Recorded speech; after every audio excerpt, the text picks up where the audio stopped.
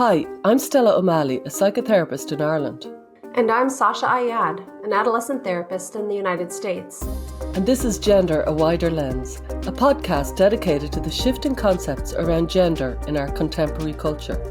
Through in-depth interviews, personal stories, and psychological exploration, we seek to open up the discourse around this hot-button issue. Join us as we look at gender from a wider lens.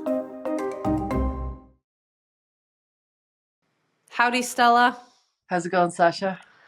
It's going. We had two lovely guests on today, which was really nice. We had Carrie Clark and Helen Pluckrose, and the conversation was pretty interesting. Tell us about how you met Helen and Carrie. I had great regard for Helen Pluckrose for years, and she's just an intellectual giant, and I didn't really know her, but we followed each other. And then, the Phil Lilly thing happened after Denver, and there was an awful lot of deep discussion about the pros and cons and the many, many cons of men in dresses.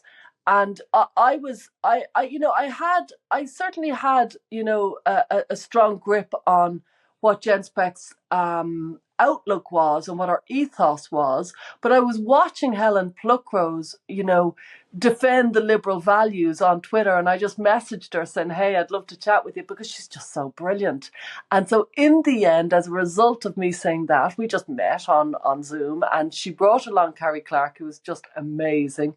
And, they rewrote our FAQs. They came in like two intellectuals and just sorted out Genspect's kind of thinking.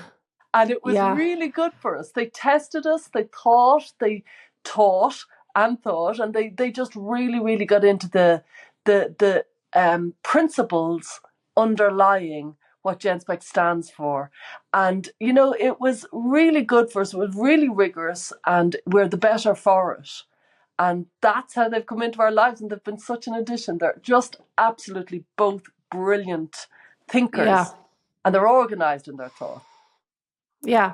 And I mean, this is something that we touch on today. You'll hear that we do discuss the kind of Phil Lilly blue dress incident. And for those who don't know, we do outline kind of the order of events in the show. And I just think it's important to contextualize it. This was a test case in what are the grounding liberal values that Genspect abides by, because something happened at a conference, someone took a photo of it. Online, there was a huge amount of backlash about the photo of something from the conference. And then all of a sudden, Genspect as an organization had to figure out, how do we respond to this and what are our liberal values? And Helen does go through these 5 key liberal principles that she ended up kind of intertwining into the FAQs for Genspect and working with you guys on it. And it's just a really important thing to think about for anybody who's caught up between like the real world and the online world and all the debates and the piling on that can happen. I think we all need to get grounded in kind of like first principles thinking, so that we can navigate it when conflicts do come up, which inevitably they will. So I think that was a really valuable thing about this episode. And, you'll hear over and over in our conversation, this idea that reality is complicated and humans are messy. This is a theme that we touch on over and over. And I think one of the things I found particularly interesting and surprising about this conversation was Carrie described to us her experience as an adolescent in the UK, going through the NHS and having what she believes to have been way over medicated for going through pretty normal adolescent struggles, and describing how she really started to question the way the NHS provides medical care after having gone through this harrowing ordeal with psychiatric medications. I think, this episode in many ways kind of introduces Carrie Clark, which very few people will know. And she's an amazing person, amazing researcher, really, really organised brain. I really admire her. But when she talks about what happened to her as a teenager, I think anybody listening to this will be able to see the parallels with ROGD and the over-medicalising of a young person's pain. And when she finishes up, she says something like, and I lost faith in the NHS. And only people from the UK will know that that's a shocking statement to say. That doesn't happen easily. And it's something that should be noted, that people are losing faith in the glorious NHS. And I think that's because, it's lost its way in many ways. I think it really has, but you'll hear it in the episode why she does, and it's really, really interesting. Yeah. And I'll just briefly tell you a little bit more. I mean, as we mentioned, Carrie Clark and Helen Pluckrose are both influential writers and thinkers committed to defending freedom of speech and opposing ideological capture in key institutions. So Carrie is a UK-based researcher, and she delves into things like viewpoint diversity and classical liberalism, particularly in the context of gender, which is why we're here, of course. And Helen is a political writer and commentator, and she critiques postmodern thought and its role in fueling activism that undermines evidence-based inquiry. And together they have co-founded Counterweight, which was in 2020, and it was an organization dedicated to supporting individuals who navigate complex workplace and institutional culture war issues. And they talk a little bit about Counterweight and what has happened to that group. And they now, of course, both contribute their expertise to Genspect. So we hope that you enjoy this conversation with Helen and Carrie. We want to take a moment to thank our sponsors, Genspect and Therapy First. Genspect is an international organization committed to fostering a healthy approach to sex and gender. The team and members of Genspect strive to promote high-quality, evidence-based care for gender nonconforming individuals. Genspect is pleased to offer a non-medicalized approach to gender with their recently published Gender Framework, and they continue to hold conferences around the world. Visit genspect.org to learn more. Therapy First is a non-profit worldwide professional association of mental health providers who view psychotherapy as the appropriate first-line treatment for gender dysphoria. Therapy First supports psychotherapists working with gender dysphoric youth and young adults and offers public education on mental health and psychotherapy. Visit therapyfirst.org to learn more. Now back to the show. Hi, Stella, and welcome to the show, Carrie and Helen. We're glad to have you. Lovely to be here. Thanks for having us. Thank you. It's lovely to meet you both. It's lovely that you're here. I'm really thrilled. You know, it was as a result of the last conference is how I know both of you, and I'm thrilled. I know you both. I remember the conference very well. Obviously, last year it was a great conference. It was in Denver, and then Blue Dress Gate happened. And it was an extraordinary time in my life. I was like, I'd never really kind of experienced that. And I wasn't equipped to experience it. And I wasn't quite sure what I was doing. And I remember in the midst of it all, I noticed, Helen, your tweets you were very organized. I now know that that's how you approach things, but you were very organized in your thinking, and there was a kind of a clarity in the way you were thinking. So I reached out to you kind of plaintively saying that I was bedraggled and I'd love to Can you Zoom. explain what is the gate, the Blue Dress Oh, Gate yeah. for listeners? Good point. Where people are saying, what is she on about? Well, we had a conference in Denver, Colorado last year. And as always, because it's a Genspect conference, you know, we were following WPATH around, and WPATH were there, and we were very worried about trans activists, and we were very worried it was a concealed weapons state, and we were very worried about a lot of different things around the security around the conference. But we were not worried about anybody who was coming in good faith to discuss anything civilly, because that's our entire premise, that all views are welcome so long as you can put them forward in an informed manner, and certainly in a civilized manner that's open to discussion. And one of the attendees was Phil Illey, and he chose to wear a blue dress and a kind of blue ensemble, really, because it was blue gloves and things. And it wouldn't be our style in Genspect. We try to be transparent and genuine in what we do.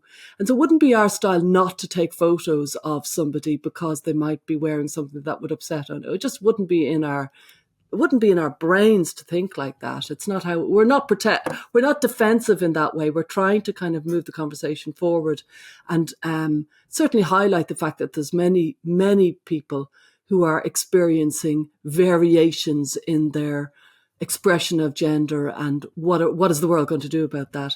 But a few days after, I remember, I think it was Jennifer Bialik who first kind of brought it to notice, and then Kelly J. Keane got very, very exercised about the fact that there was a man in a dress at a Genspect conference, and they felt it was profoundly inappropriate. because he is a self-confessed autogynephile. And they felt, I think the thinking was that if it was a man in a dress who was gay but wasn't an autogynephile, I think that would have been okay. But the fact that he was a self-confessed autogynephile was the reason that he shouldn't be wearing a dress. I think that was the general consensus. But on top of that, there was also a lot of misinformation that he was speaking at the conference, that he was part of Genspect, that he was on the board. It got so many legs that your head would spin. And I was kind of trying to correct people on those points, because none of those were true. He was just attending the conference. He did bring his book, but a couple of people endorsed his book.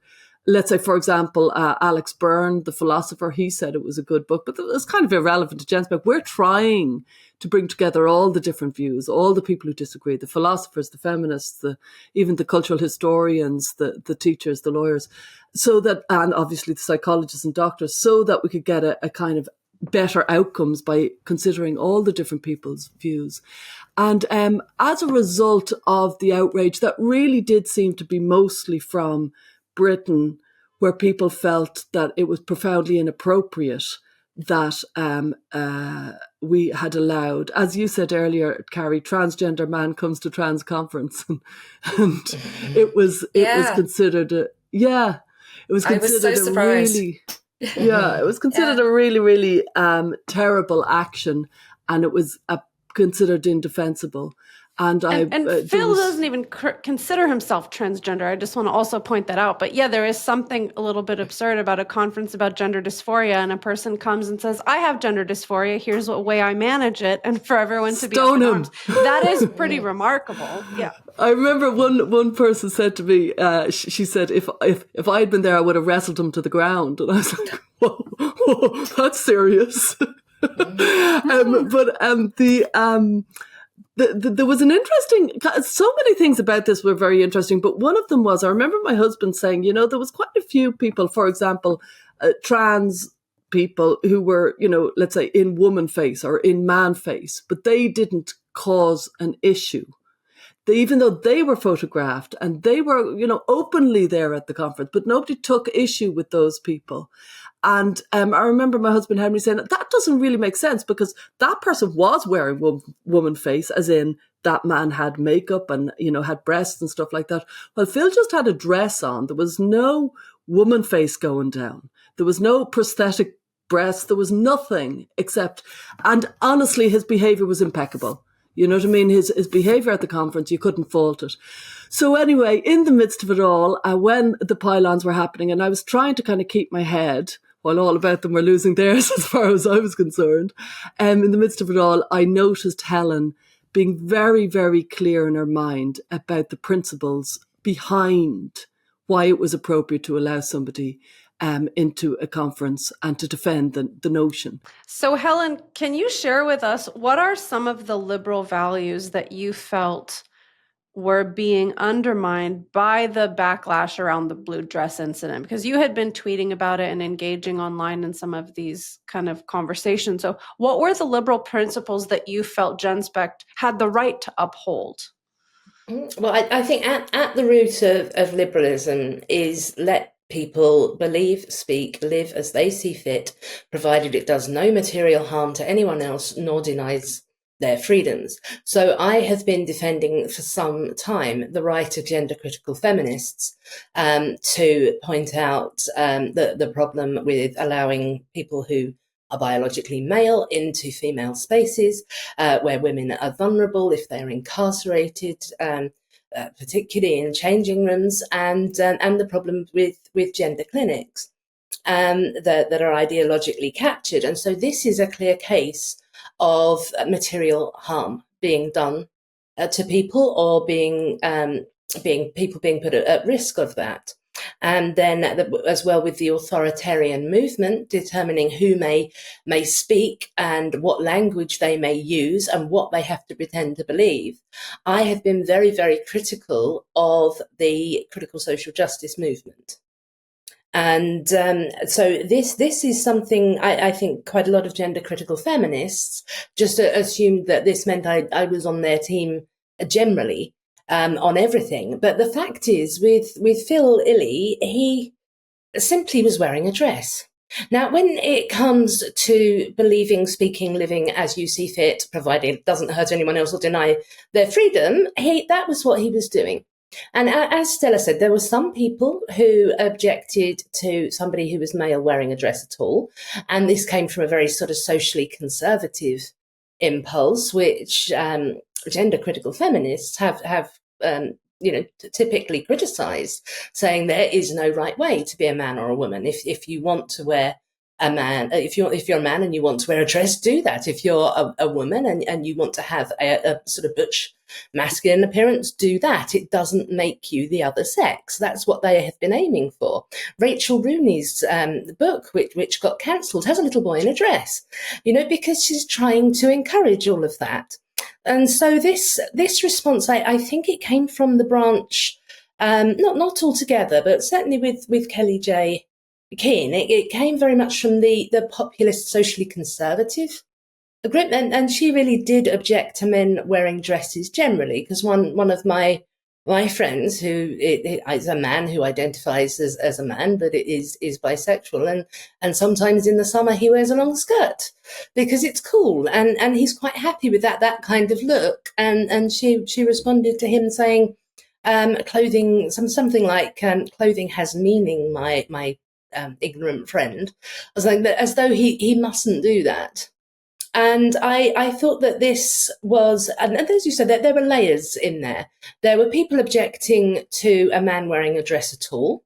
There were people objecting to a man wearing a dress while having a sexual inclination towards imagining himself as a woman, the autogynephilia. They felt that they were being pulled into his fetish and having to sort of participate in it. It was almost as though that they believed that autogynephiles get a kick out of, like it's some kind of voyeurism, well, exhibitionism rather, and that they were being almost having a penis waved at them. It was akin to that. And others were saying, well, some people have been hurt by autogynephiles, and you're not considering their feelings. And Okay, let's bring this down. This is a man wearing a dress.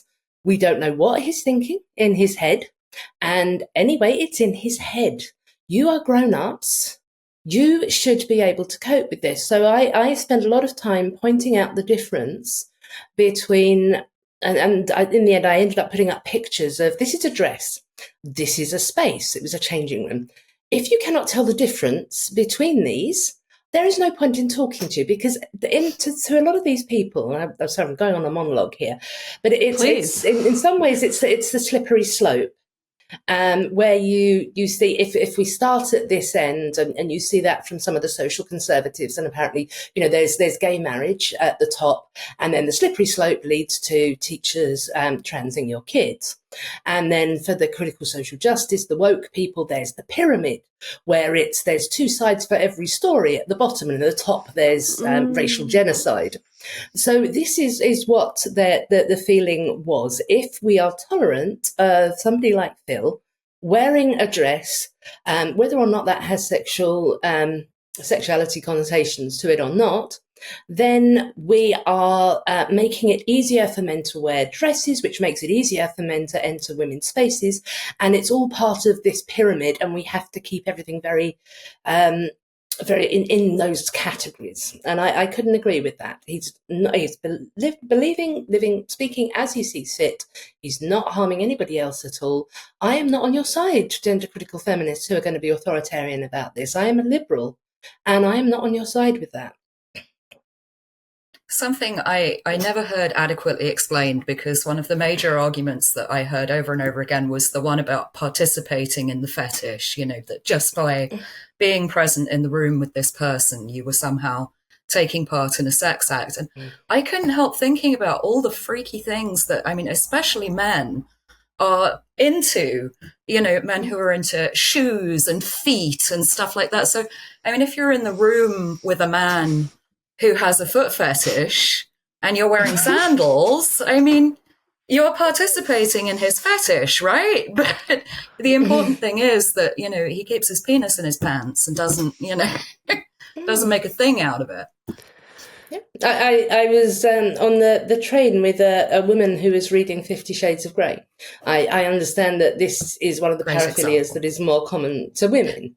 What was I somehow brought into her fetish because I could see the cover of her book, or if I saw people going into the cinema. It's I really think this is a level of fragility, of real of not being able to cope with any stress at all, the ideas that you don't like, that we really do have to push back against. You know, that there are certain, in some areas, you have to manage your own emotions. If you feel disgusted about a man wearing a dress, then you may choose not to go somewhere where, don't do a drag act, for example. But if somebody is walking along the street or attending a conference and not bothering anybody else at all, you really have the responsibility to manage your disgust feelings yourself. And I think we have to accept as well, we have to hold people accountable to explicit expectations of behavior and have no tolerance at all for, antisocial or deviant sexual behavior in public. But when it comes to people's minds and what they're thinking, or, what they might be thinking about, or, what the significance of, an item of clothing or so on is to them, we don't know. And we really have to judge people by what they do and not by, what they wear, or, their style or presentation. Yeah, it's very tricky when we start moving into the realm of trying to control what other people do with their minds. Even if their minds are, let's say, processing an image they saw of us, right? For example, we are all going to put this video out on the internet, and presumably people could watch it and make a judgment about it, and then with that judgment, do terrible things in their mind about us. But that's just kind of the limits of reality and our locus of control. And so it's really tricky when we also are dealing with the realm of people's, past experiences. And perhaps some of the gender critical women who have these opinions, perhaps they have a history where a person resembling Phil has harmed them in a specific way. And then all of that starts to bleed into their understandable desire not to be re-exposed to such a thing. But actually, we are talking about a different thing. And I think, you raise a good point, Helen, about trying to distinguish between one particular situation and another. And this is, even as therapists, I think Stella and I can say, when you're dealing with a person who has a history of a certain type of relationship pattern or a certain type of trauma, for example, they might see that everywhere, when in fact sometimes they need the skill to distinguish between the past hurt that I actually experienced and this new scenario that has reminders of it, but is it the same thing? So just as a therapist, that's kind of where my brain goes. So these liberal principles that you mentioned, Helen. Oh, sorry. Any thoughts about that? I was just going to. I've forgotten. I think that's a really important point, Sasha. And, people do have, traumatic experiences that they carry around with them. And, we have to be empathetic to that. But I do think Helen's right that, we have to take some personal responsibility for that as well. Yeah. That was why we put in the frequently asked questions, and in the earlier piece on ideological diversity, that Genspect will always try and put information up there. So if somebody is dealing with trauma and their psychologist at this point is advising them not to avoid certain triggers, then they will know that probably going to a Genspect conference is not going to be a good idea, because they may encounter anything from a man wearing a dress to a gender critical feminist to a trans-identified person who is going to re-invoke that. But apart from that, that is a decision that they have to make for themselves. Otherwise, in the general run of things, if you're going to come to a conference in which people are talking about what gender is, what can cause feelings of gender distress, all the different factors around there, it really would be almost no use. Genspect would be no use at all if it started deciding which views it would and wouldn't have, what people can, how they have to present themselves, what has to be going on in their mind, we'd be walking, and I'm astonished that so many of the gender critical feminists don't realise this. After the problem with the ideological capture that has happened of so many gender clinics, because there's only so many people they're allowed to, certain people just not allowed to speak, they're not allowed to contribute, why they, or sometimes the social conservatives, would want to try to limit what can be discussed here. If we want to actually discover causes of things, we need to let people speak. Yeah, it was when Helen and Carrie spoke in those ways, and it was so kind of well thought out, that I was so attracted to the way of thinking. And then ultimately I asked Carrie and Helen to help me with frequently asked questions in Genspect. And little did I know this was going to be a masterpiece from the two of them, whereby, the 5 fundamental principles were outlined. And from that, everything kind of stems. And so those 5 fundamental principles were a very kind of a lovely bedrock to kind of say, okay, once you've got your principles, then you can be very clear. Because when we first started Genspect, it was in those extraordinary days where we're trying to help people. It's a medical scandal. Everything was happening so fast. And now it's a couple of years later, like we started in 2021, now it's 2024. And it was, you know what I mean? So we're kind of organizing our thoughts now and organizing our kind of very deep-rooted principles. And Helen and Carrie have been so helpful. Do you want to outline, Carrie, the 5 key principles? Well, sure, yeah, because when I first noticed Blue Dress Gate taking place on the internet, and I think I actually messaged Helen and said, have you seen what's going on here, this kind of strange illiberal thing that's happening? And I kind of realised after I'd been following it for a little while that there was some confusion about what Genspect was for. And there was, as you said, Helen, there was this impression that you'd agreed with, campaigns for sex-based rights and single-sex spaces and sports and things like that, and those really important issues. But I think people had missed the fact that you were also interested in gender distress and in people who have gender distress and in gender and what this phenomenon is and what it means and how we can sort of integrate people who've got experiences of gender distress in a way that doesn't infringe on sex-based rights and in a way that takes account of, everybody's rights in the situation.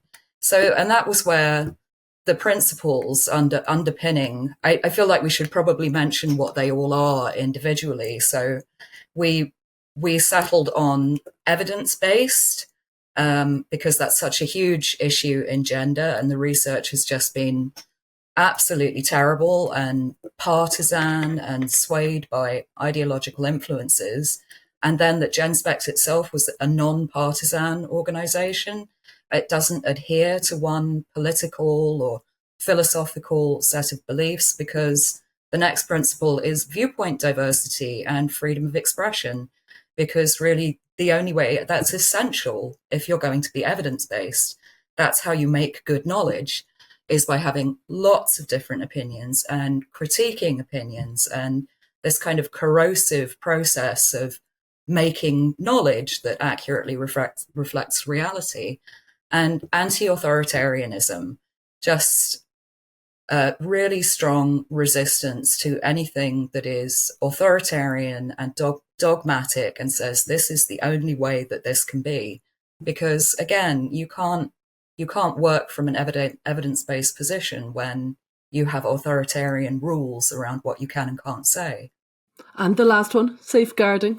Safeguard, yeah. And informed consent. And I feel like we tried to be really careful about the safeguarding point, because we wanted to say that, yes, a lot of our work is about children and young people and vulnerable adults who have, lots of comorbidities and, co-occurring mental health problems and, are quite vulnerable. And for those people, yes, safeguarding, that absolute top level, try to keep those people safe. But also adults are responsible for their own boundaries. And, when it comes to going to something like a conference, which is, not a therapeutic space, but, an intellectual exercise, adults are responsible for choosing what they do and don't expose themselves to. And, we can give lots of information about, what the talks are going to be about and what the subjects are like and so on. But people have to make informed choices for themselves about what they do and don't want to engage with. Yeah, absolutely. I mean, a lot of my concern when I was talking to people was that they were saying that it is a safeguarding issue if somebody has to see a man in a dress. And this was because, yes, it could bring up past trauma, or there's a higher chance of sexual offending among people who say they have orthogonophilia and people who don't. And I don't know how that works, because forcing somebody into trousers, I don't think has ever prevented them from being a sex offender if they are one.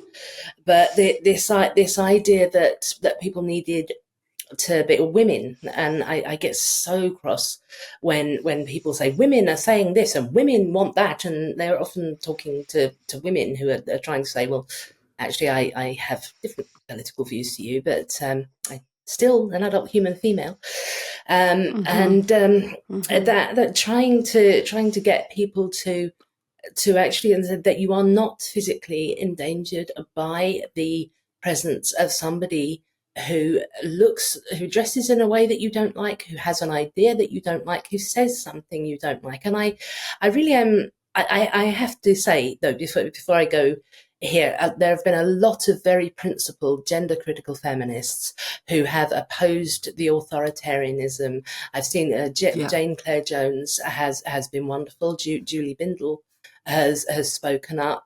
Kathleen Stock, I don't think considers herself gender critical, but she's certainly in that field. So there've been Janice Turner. There have been some really principled response, anti-authoritarian responses. So I am certainly not bashing gender critical feminists, but when somebody considers themselves a gender critical feminist, when they have been saying let women speak for so long, and liberals like me have been backing them, saying yes, everybody should be able to speak, women should be able to speak on issues that affect women, we're behind you, and then suddenly it's no, you shouldn't be allowed to speak how you wish to speak, you must use language in the way that I say, you can't express yourself in the way you want to, you must dress how I say. And then there's that element of, I think a lot of liberals who supported the Let Women Speak movement, because it really was a push against authoritarianism, have then said to the more authoritarian gender criticals, but didn't you say that people should be able to speak? And it's no, it was let women speak, and women in this case is defined as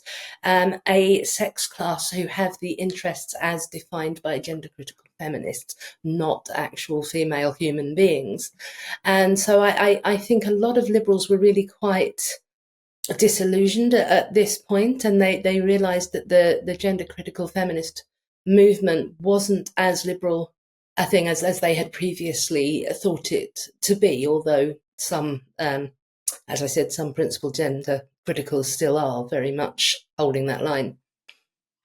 Before we shift gears, I do want to touch on something really quickly, and I think, Helen, you're the person to ask about this. This move seems to me like an outcropping of positionality, which is a concept in critical social justice in general, right? So can you touch on that? Do you think that's related to the way, not all, of course, but some gender critical feminists say, well, we as women who have been the subjects or objects of oppression, we get to define what our safeguarding looks like, what our safe spaces look like. I mean, isn't that a positionality thing, or am I misusing that term? Well, feminist, this is positionality is related to standpoint epistemology, where people are considered to have authoritative knowledge based on their identity, or in this case, their sex class. But that did come up. That was a staple of feminism before. Standpoint epistemology was part of the sort of radical feminist movement before the critical social justice movement came up. So that's always been there, where the more radical, they don't call themselves radical, but as opposed to liberal feminists like me, who just want everybody to have access to the same things, or intersectional feminists who are very confused and conflicted. That radical branch who see women as a sex class with very specific sex class interests that can be defined by them. They will have always spoken for women and tried to say what women as an entirety want and what other people must. How they must behave. There has always been that authoritarian element among the radicals of all kinds. Around the time of Blue Dress Gate, because I started writing an article that I never finished, called Gender Critical Feminism Needs Genspect.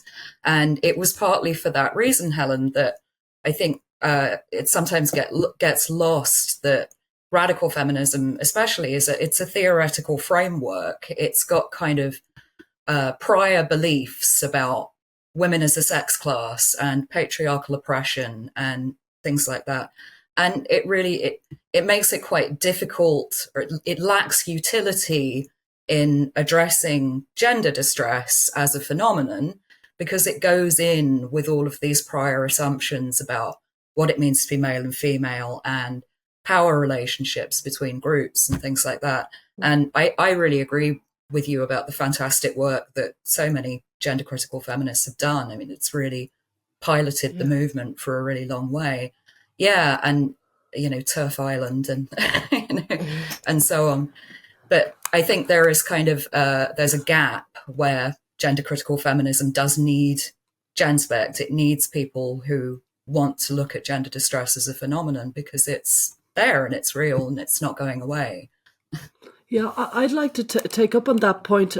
Before I do, I'd like to, one of the extraordinary things about that time was I kept on referring back to J.K. Rowling's tweet, from 4 years ago, dress however you please, call yourself whatever you want. And we all celebrated because we were all young and innocent and we thought we were all on the same side. And I kept on saying, did you not agree with J.K. Rowling's tweet, dress however you please? I kept on asking different people. And I was told, oh no, she only meant that metaphorically. And I was like, did she? I didn't know that. And so it was an extraordinary time. And I did genuinely try to kind of explore my thoughts more deeply than I had before. So I was kind of, to make sure that I was steady in it. And I kept on coming back to but policing people's clothes is pretty authoritarian. And I remember talking to Sarah Phillimore at the time, who was really, really pretty amazing, I thought, at the time. And I said, I was kind of almost wondering to myself rhetorically, and I was like, you can't really kind of police people's clothes. Like, where would that end? And she goes, oh, you can. In Iran, they do. And I was like, yeah, that's kind of what it comes down to, that we're going into extremely authoritarian regimes that police clothes. And most places don't for that reason. But what I'd love to kind of move a little bit to what the point that you spoke about there, Carrie, which is that this is kind of a fledgling movement. And then there's all sorts of different organizations. And I think of, let's say, I think of CanSG, who are very much representing the doctors in the UK and Ireland. And then there's EBSPA, the kind of evidence-based social workers. There's thoughtful therapists. There's Do No Harm in America. And I think they're all pieces of a jigsaw. All these boats are going to, the rising tide will lift all boats. And I'd love if there was a lot more collaboration and acknowledgement from all the different organizations. Therapy First, obviously great sponsors of our podcast, that there's great work being done and we shouldn't all agree. There will be better outcomes if we don't all agree. If we were all singing off the same hymn sheet, we'd be in trouble as a movement. We really would. Yeah, I've been so impressed by the campaigns for single-sex spaces and sports in the UK. It's been it's such important work, and they're so clear-eyed about it as well. They've set themselves a campaign policy goal, and that is what they're pursuing. and that's great. I think, people should do what interests them, and what they are really concerned with, but if we can have that collaborative approach, and, where there's an area that, that groups like that are not so interested in, campaigning on or looking at, can support the work of other groups that do, I think that's fantastic. And that broad range of groups that you mentioned, therapists and doctors and social workers, there's a knowledge base that comes out of that, viewpoint diversity, and knowledge production, where, if we all come together and we share our expertise on all of those different areas, we can make so much progress. This is such a fascinating conversation. Listeners often tell us they feel frustrated by the lack of nuance around this issue, and they feel afraid to speak their minds. And they ask us how they can help to bring more clarity to this difficult topic at their workplace, in their kids' schools, or with their own friends and family. Well, here are 3 things you can do right now. 1. Follow. Wherever you're listening to this, take a second to click like, follow, or subscribe. 2. Share. Send this podcast to anyone who you think might appreciate it. 3. Join. Support our efforts by becoming a paid Substack supporter. Go to widerlenspod.com now to subscribe. Now back to the discussion. I want to ask about something that came up as we were preparing for this conversation. Carrie, something you're particularly passionate about is the over-medicalization of kind of normal states of human experience. And apparently you had a personal experience that really brought this to light for you. Can you talk a little bit about that? Yeah, sure. So I think, like so many people in my generation, I had family Which is break. What is your generation? I'm 36 now. Okay. I'm actually not sure what that makes me, if it's X, Y, or Z, or which one I you're a fall millennial. into. Am I a millennial? Yeah, I think so. Probably. So. Okay, Yeah, keep going. Yeah, yeah. But I experienced family breakdown when I was in my early adolescence, and my mum was left as a single parent, kind of quite unexpectedly. So there was some traumas and things like that, and I wound up in NHS mental health services, and I was medicated very early. I mean, literally the first appointment I had with an NHS mental health professional, and I mean, I wasn't doing great. Like, I was skipping school and, and stuff like that. But I How wasn't. Old were you? I was 15. Okay, keep going. I wasn't, suicidal or self-harming or, any of these things. I just, I wasn't coping particularly well, and neither was my mum. And she really needed some support. But I was straight on an antidepressant at 15. Wow.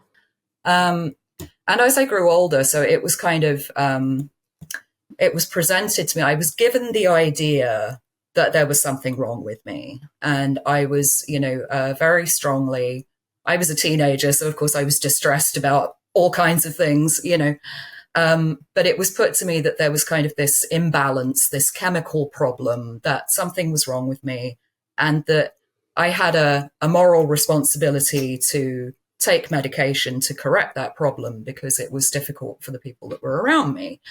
And I mean, I, of course, didn't know this at the time, but looking back, I can see how that really shaped my sense of self. Wow. And I, for a very long time, for, 20 years or so, or 15 years or so, I was really looking for the way to fix that problem with me. And my life was going to start once I had found the solution to this problem, and it was going to be a medication, or it was going to be therapy, or treatment. Yeah. And it makes me sad. I follow a lot of mental health accounts on Twitter, and I can see really smart people who could be doing amazing things in the world, and they're going to do it any day now, as soon as they've got the right medication and they've worked through their mental problems, so they're kind of in the right state.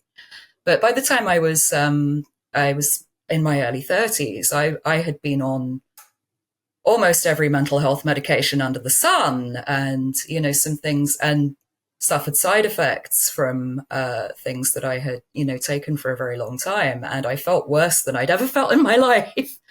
So I cut a lot of the medications, and I found that I didn't feel substantially different when I did that, until I got down to the last 2. And when I tried to stop taking the antidepressant that I'd been on for over 20 years, I didn't realize what was happening to me at the time. And my doctors just thought I was relapsing. But I had the most terrifying experience of antidepressant withdrawal syndrome. Oh, yeah. Yeah, I had akathisia, and I was a completely different person. And it took 6 months for my partner and I to work out what that was. And this whole experience makes me very dubious about medicating children at a time when their identity is very susceptible to influence and very flexible. And a big fear I have about the future of sort of the treatment of gender distress is that a lot of children who are now protected in the UK, at least, from puberty blockers and things like that by the Cass Review, will still be put on antidepressants and mood stabilizers and kind of channeled down this pathway. And I have to say my experience of antidepressant withdrawal is really horrifying. And it's certainly not something I was ever advised about or could have consented to. Wow. I want to ask about a kind of shift that must have happened, because you described that your early experience at the NHS of being told that basically you're dysfunctional, you need a treatment so that you're not such a burden on others. I mean, I'm sure it was a little more nuanced than that, but that was the gist. But then at some point, after being on these medications for many, many years, you decided to come off of them. So presumably you started to question this idea that actually I'm biologically flawed and I need some kind of medical treatment. What happened to where you start to question it? Was it just like an accumulation of side effects that created that doubt for you, or what happened? Why'd you change your mind? That is such an interesting question. And what happened is that I lost my faith in the NHS, the British national religion. Well, totally. Yeah. Wow.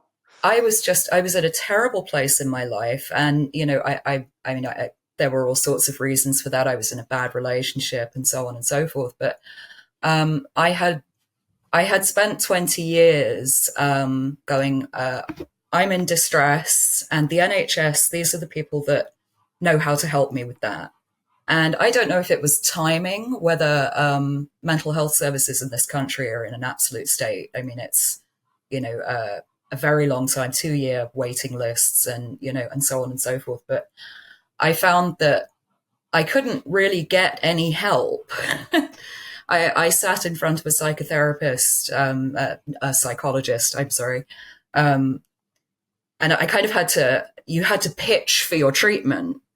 It was, you had to have a clearly defined treatment goals and know what you needed to get out of it. And I just felt appalling. And, you know, I'd been told that I was, you know, that I was broken, and my treatment goals were to feel better, you know, but that wasn't specific enough. And I had a real loss of faith. I had been, you know, suicidal and, you know, on the phone to the crisis team, you know, and so on and so forth. And there was no help there. And I kind of had this watershed moment. I was sent to a skills-based group therapy program, and the NHS are very keen on this. You take all of the people who are very distressed, and you put them in one place for a few weeks, and you try and teach them as many psychological managing techniques for, you know, anxiety and all of these things at once. It's lots of meditation and mindfulness and, you know, and stuff like that. And I had gone to the first session, and there were some parts of it that I just knew, like the researcher part of me, that just were not evidence-based claims. So a big one was that trauma physically changes the shape of the brain, which is true, but so does having breakfast and walking down the road and, you know, yeah. And I had my hand up and I'm going, which bit of the brain does it change? And, you know, how do you know that? And where does it, because it feels like you're saying to already traumatized people, you're done for. Your brain has changed. And I don't think they register that. And it was also just very childish. It was like finger painting, and there was a stuffed animal we were meant to pass around. And I just, demoralizing. like I'm, profoundly distressed and, all of this. And I kind of walked out, and I actually went and bought Jordan Peterson's book. Did you? Yeah. And I started reading it, and I thought, these people, the NHS and the doctors and so on, they're not going to help you, and you need to help yourself now. And it was a really transformative moment. Wow. That's beautiful.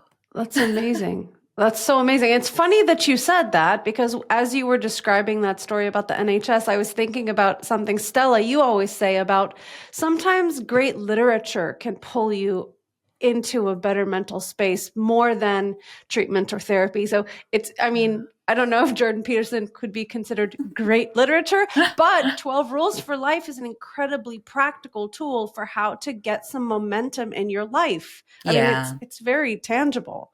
Yeah. Okay, so how does all of this apply to your work around gender? I mean, you touched on the fact that even if young people are not given puberty blockers, they may be placed on antidepressants, but I think there's even, more to say about the gender piece. So what are your thoughts on that? Well, I think the over-medicalization in general, I think this is such a big issue because we need a paradigm shift in the way we think about, particularly, everybody, but particularly the minds and bodies of young people. And I was just staggered by how little we really know about the mental health drugs that we prescribe on such a huge scale, about how they work, what they do, what happens when people stop taking them. And I think we need a much clearer model of informed consent that, we talk about so much in gender, but in so many ways, I think, when we've got a young person in distress, I think everybody needs to be looking at ways we can hold them safely, until we get to a stage of adulthood where, where informed consent is a possibility. I just don't know how, when I was 15 years old and my father had only died 6 months before, somebody could have sat down and said to me, you can take this medication, but if you ever try to stop taking it, it will be it will be like coming off heroin, and it will be an absolutely devastating experience. And it might make you feel better for a little while. It might, bump you up, but there is no way I could have made that complex calculation, in the state that I was in. And the system we have at present, like with gender affirming care, where we just don't talk about any of those things with patients before prescription, is, I think, less than ideal. Wow, that's an amazing story, and it's so reminiscent of what's going on with those kids, that they just like you, just thinking, oh, this is who I am. Yeah. This is I am this person who needs this medication. I'm wrong in some way, and medication will fix me. Yeah, and that identity thing, and I think young people are particularly susceptible to this, and everybody's got their borderline diagnosis in their Instagram profile now, and it's wandering around. But we have to be really careful with the kind of the range of identities that we give to young people as an option, and things, and how we have to be really careful about how we give people these things to define themselves by, because you can define yourself by these categories, and especially when you're young, I think not realize how flexible human beings are and how dynamic. Yeah, I would certainly back that up. That's something that I have written about as well, particularly in I put them together because it's the same kind of problem: disability studies and fact studies. In the critical social justice approach, then it really is kind of encouraging people to take on an identity of being either physically disabled or mentally ill or fat, rather than anybody who wants to feel better mentally or have their impairments, their disability treated, or to lose weight, is seen as, do you know that sanism is a thing? Apparently, yes, sanism. That's when somebody believes that it is better to be mentally well than suffer from mental illness. This is sanism, which is a variation on ableism. And of course, this goes back to Michel Foucault, of course, who has this whole thing about the construction of mental illness. And it's a really very, very much a luxury belief, I think, as a fat disabled person. I would say that it's not much fun, and I don't really want to take it on as an identity. But I like Carrie, I worry, particularly when we've got the kind of culture now where having a marginalized identity carries status, particularly among young people. And if we have young people encouraged to think of themselves as having an identity that's a mental illness, or an identity that's a disability, or an identity that's fat, they're really going to likely to lean more into that than do anything that could make their condition more livable, that could even make them recover from it. We're kind of encouraging them to take this on, and once you've really identified with something, it's very difficult to then let it go. I think you can see that so clearly in trans-identified young people, because you begin to have all of these transition goals. I'm going to socially transition, and then I'm going to medically transition. And you're putting your life off. You're putting your life off until after you've been through this process, and then everything is going to be, you will be the perfect person. You will, stream through the world. Everything will be golden. And I remember feeling that way so strongly when I was in my early 20s, that I had this diagnosis, and I was going to find the medication, and I was going to find the therapy, and then my life would begin, and I should have been living my life right then, It's so sad. I feel for the wasted young years we give to this idea that when A, B, or C happens, then I can live. So many people do buy into it. And it leads to such a waste. I read a really interesting book called The Best Minds by Jonathan Rosen, and it was about his friend who had schizophrenia and who didn't get the proper treatment for it and ended up murdering his girlfriend. And the book is a fascinating read, but he talks in there about some of the anti-psychiatry movement that was happening, I think, around the 70s. And as I hear you both talk, I recognize, at least for me, I see a sort of weird tension between these things. Because you're correct, Helen, that some of these social justice movements that really emphasize disability as being normal or trying to kind of destigmatize, quote unquote, they're on one end of the spectrum. And on the other hand, your experience, Carrie, of having had your normal feelings pathologized and then medicated is the other end of the spectrum. So it's almost like these are two opposite forces, pulling and pushing on each other, because we want to be able to recognize when something genuinely is, let's say, distressing or atypical to the point where we should correct it. And on the other hand, we don't want to pathologize too much of, normal behavior. So I don't know where I'm going with that, but I do see a kind of difficult tension between these two pulling and pushing forces. I did a little bit of work in patient advocacy for people with mental health conditions, and in the NHS meetings about, provision of services, I was really surprised to find that a lot of the therapists were very annoyed with patients. And they were very annoyed because they spent all day treating people like me, people who had very high levels of distress and who were very, agitated, but who really weren't profoundly mentally unwell. And the very strong feeling was that the kind of the masses of the worried well were preventing people with really serious conditions from actually getting treatment. And I think I'm so sick of awareness raising campaigns. because we've in the UK, we've raised awareness of mental health conditions to such a degree that now everybody thinks they have one, and the waiting lists for treatment are just sky high. So somebody with schizophrenia who really needs a diagnosis and careful and supportive treatment is behind 25 me's back in my 20s. Wow. It's such a good point. It's such a good point because there is some medication that is so transformative for people who are deeply unwell. And it's brilliant that we have it. And yet we have inadvertently, and there are kind of echoes with the trans, the medicalizing of gender identity. We've inadvertently created so many more problems that if we could have, with some wisdom, we could have avoided. We didn't need to fall into this over medicalizing trap. Yeah. I think that's an important point to state. Then obviously I'm talking to psychotherapists, so I don't need to.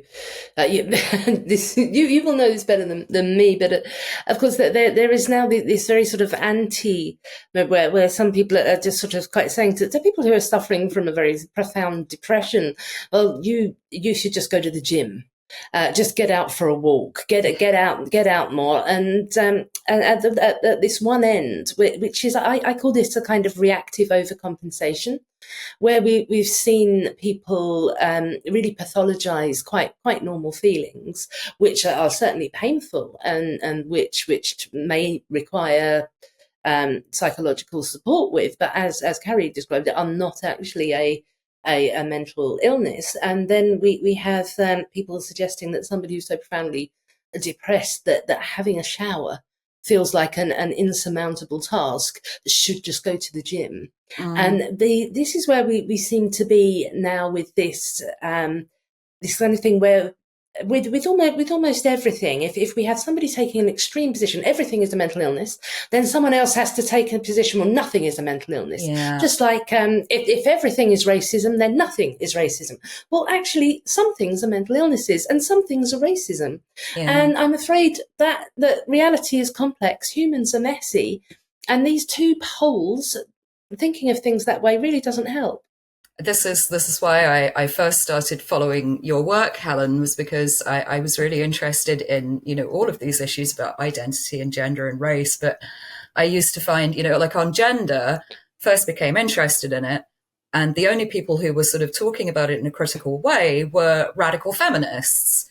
But I'm not a radical feminist. And, and I'm not convinced that the UK is a horrendous, horrific patriarchy, or that misogyny is the only explanation for why men transition, and then I found you saying, yes, okay, gender critical feminists have got a point, but trans people exist as well. And, there's no reason why we can't have a conversation that takes account of both these points of views. And then, of course, you would get burned at the stake on Twitter for saying that.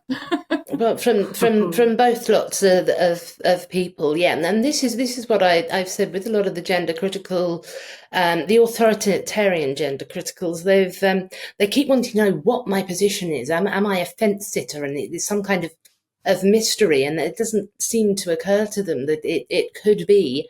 I've set out my agenda very clearly. First of all, I want to prevent empirical researchers from being hindered, biased, influenced, censored in doing the essential research that is needed to support gender distressed youth.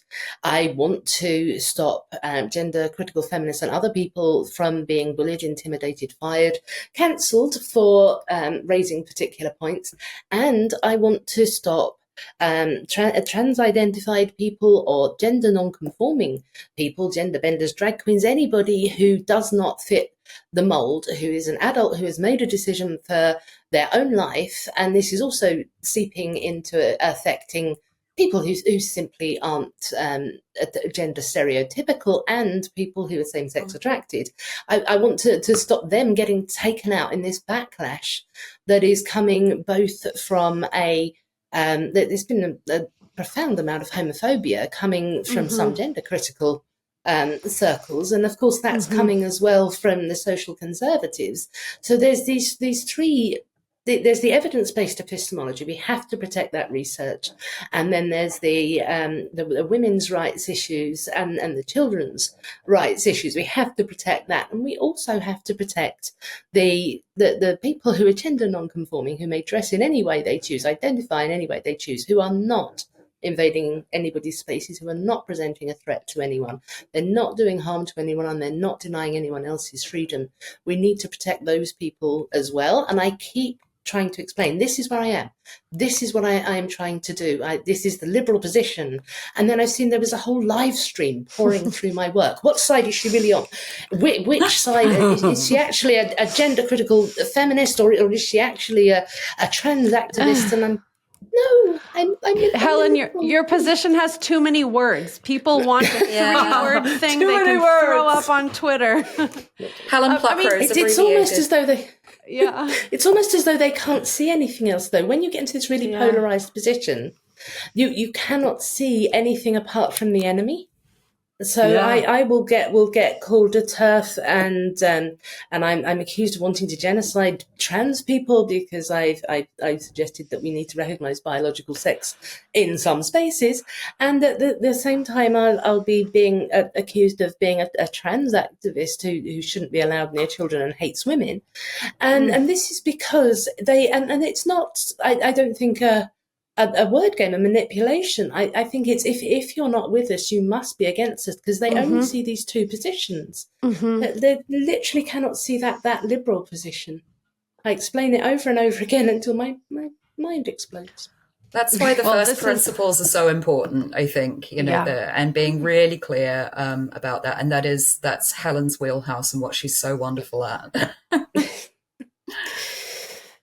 Yeah, in our extended conversation, actually, I'd love to ask you a little bit about the work you're doing to help businesses and organizations kind of adhere to their first principles with some of the work you did through Counterweight and other groups. So before we wrap up the main portion of our conversation, where is it that people can go to learn a little bit more about your work, both joint projects and individual projects?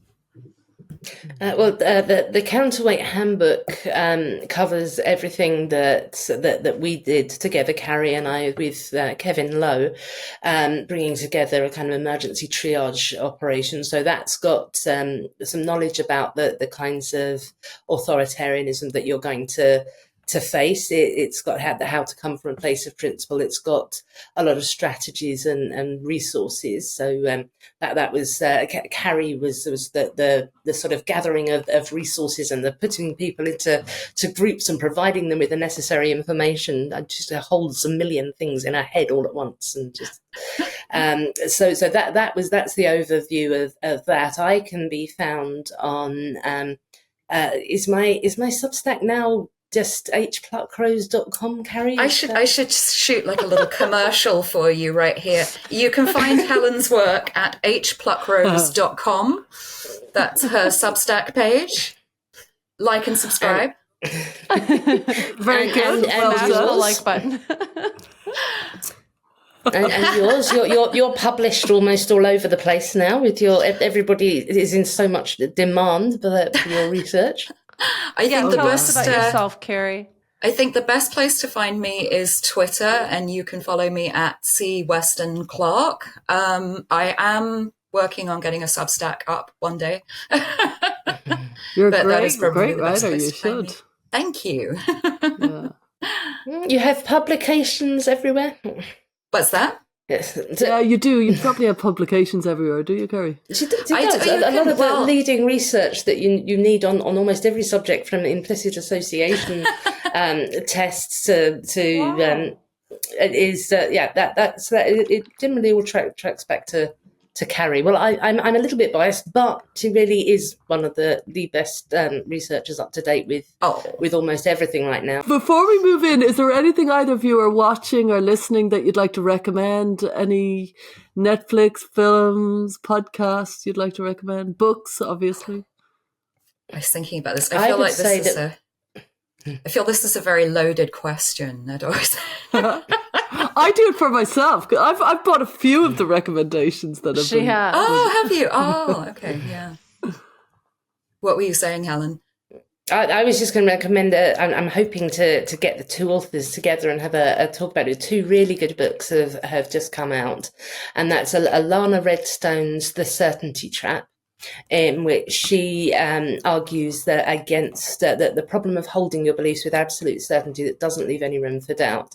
And so she runs through a lot of flaws of thinking, cognitive flaws, and how to step out of them, and instead hold your views with a warranted confidence that just leaves the door slightly open for a different viewpoint to come in and change it as warranted. And it's a very accessible sort of systematic look at things. It's engaging, and it provides tools. And then there's Laura Kennedy, Sum of Our Parts, and she's a philosopher, and she's addressed how we develop our identity from the people around us. We take on various labels, and then kind of slot ourselves into holes, and she's kind of suggesting how we can think outside this. And these two books, I think, go so well together, because they're trying to keep people that little bit more open, stop them